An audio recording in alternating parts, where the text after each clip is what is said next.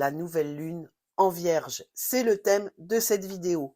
Comment lui parler pour poser nos intentions? Qu'est-ce qu'elle nous apporte? C'est ce qu'on va voir tout de suite.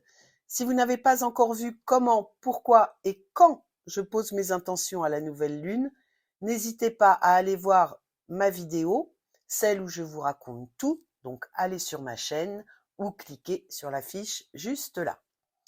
Si on regarde le ciel, un soir de nouvelle lune, on ne verra rien. La lune et le soleil sont alignés. De la Terre, on ne voit que la face non éclairée de la lune. Ce qui nous intéresse, ce sont les énergies qui vont circuler ce soir-là. Car l'énergie de la Vierge va être décuplée pendant 24 à 48 heures. La lune est en phase croissante. C'est le bon moment pour initier les changements et poser vos intentions. Alors, qu'est-ce qu'elle nous apporte? La Vierge, signe de terre, elle est dans les choses concrètes et avec Mercure en planète maîtresse, elle est même dans l'analyse des choses concrètes. Elle aime faire au plus simple. Sa grande force est de voir les qualités et les défauts en toutes choses. Elle est de bons conseils, elle est empathique, elle a envie d'être utile. Vous pouvez compter sur sa gentillesse, sur sa stabilité, sa fiabilité, son sens du service, son sens de l'entraide. Dans le tarot, on lui associe l'arcane majeur de l'ermite. Ce qui les rapproche, c'est leur capacité de discernement, cette capacité de voir les qualités, les défauts, comme je vous le disais. Comme la Vierge, l'ermite est solitaire dans ses réflexions, mais la sagesse acquise est mise au service des autres. Comment lui parler? Donc, comment on va parler à cette nouvelle lune en Vierge? On lui livre ce qu'on veut corriger, ce qu'on veut modifier en nous. On exprime nos envies d'évoluer, de progresser, que ce soit au niveau spirituel ou au niveau matériel.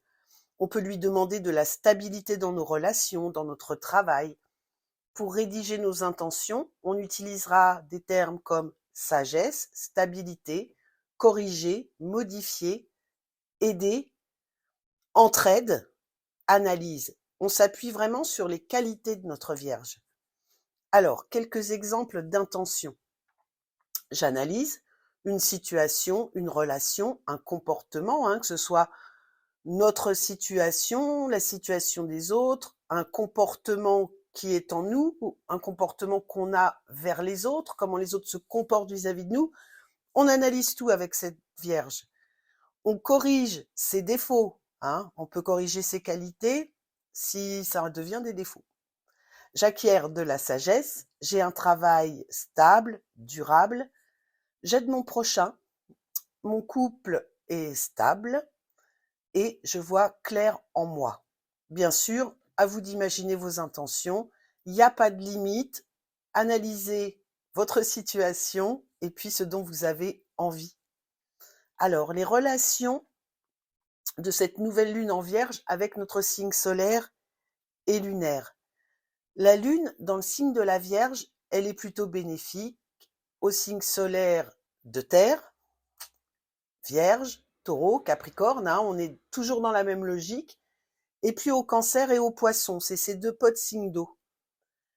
Si vous connaissez pas votre signe lunaire, vous pouvez aller faire un petit tour sur Internet, vous tapez signe lunaire, et puis avec votre date, heure et lieu de naissance, ça se calculera automatiquement.